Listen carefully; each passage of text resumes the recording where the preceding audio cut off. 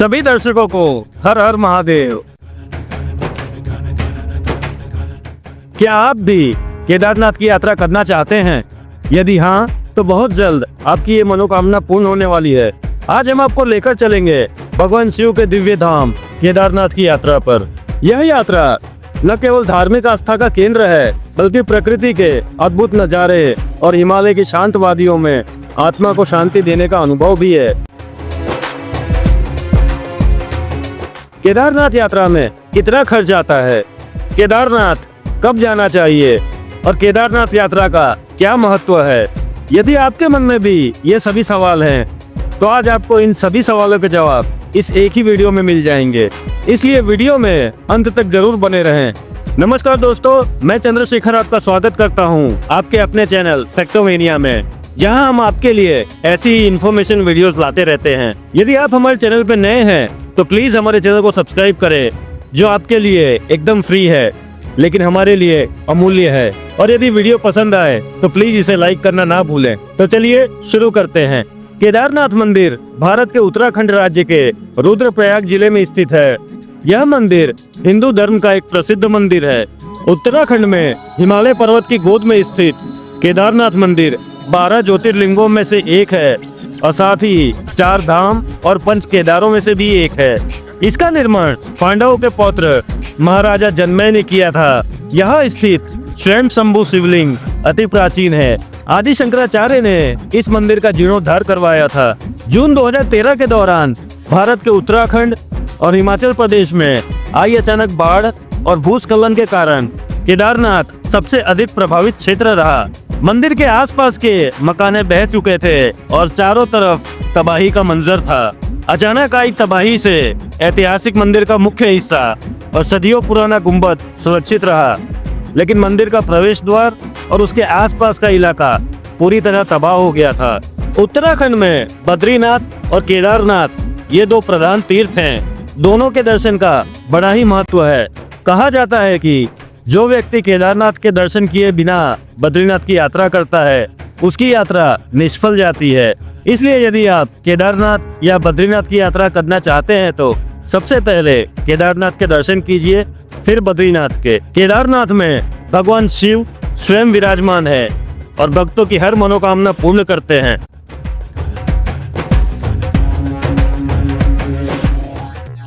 केदारनाथ यात्रा हर साल गर्मी के मौसम में अप्रैल मई से नवंबर तक होती है।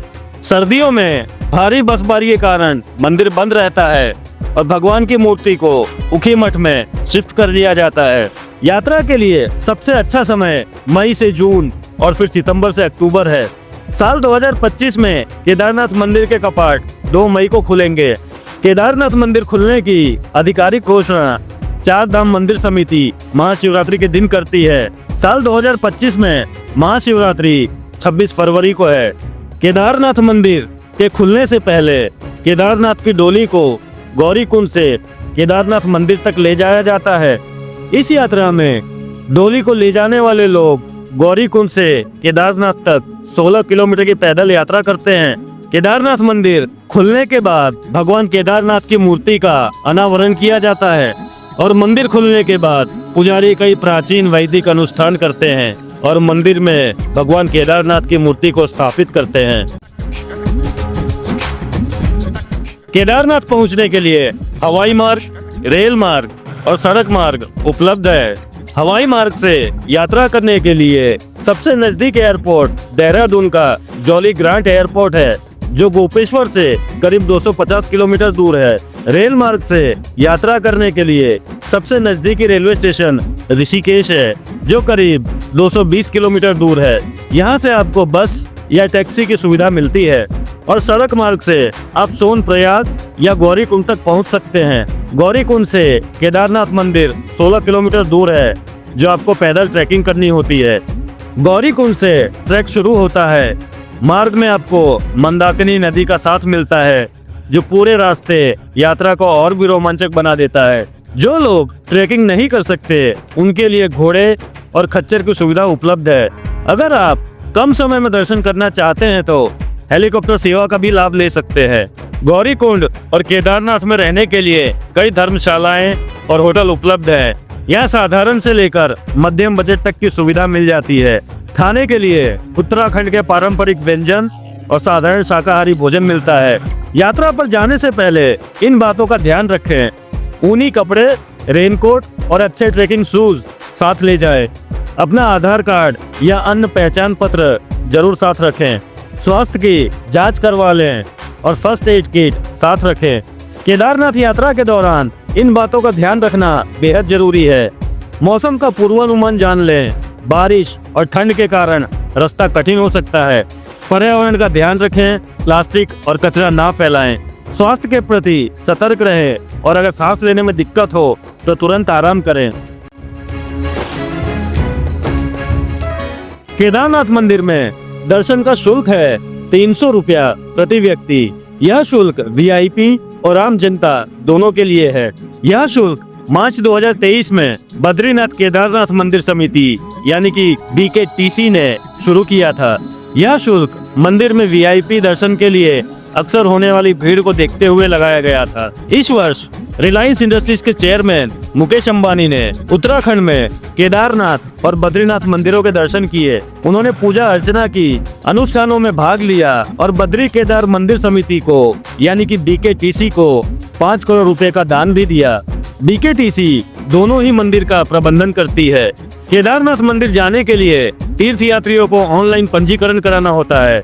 4 धाम यात्रा में शामिल अन्य मंदिरों जिनमें बद्रीनाथ, गंगोत्री, यमुनोत्री और हेमकुंड साहिब शामिल हैं, इनके लिए भी पंजीकरण कराना जरूरी होता है।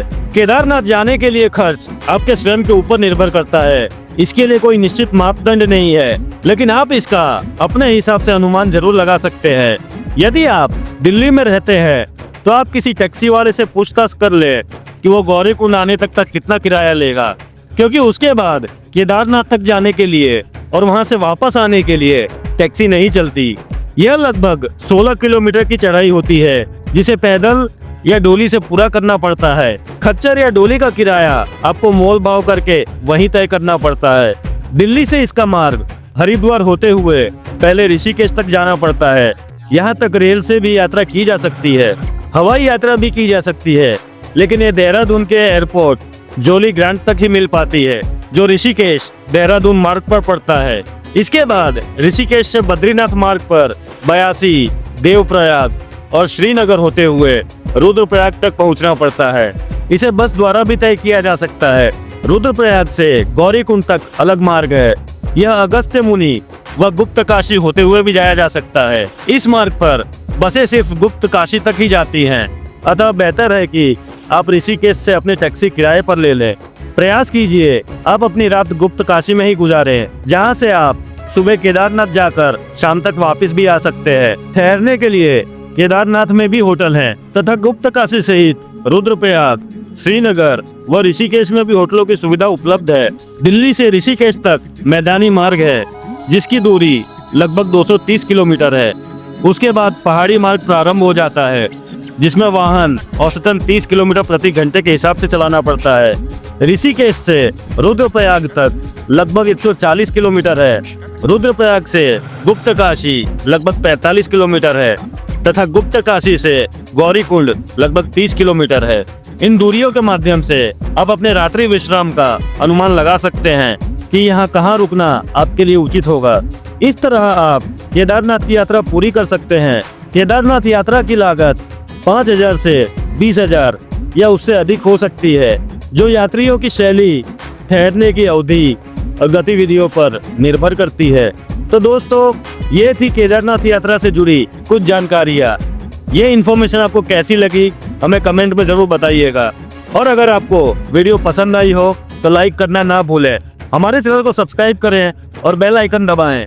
मिलते हैं आपसे एक और नई इन्फॉर्मेशन वीडियो के साथ में। हर हर महादेव। धन्यवाद।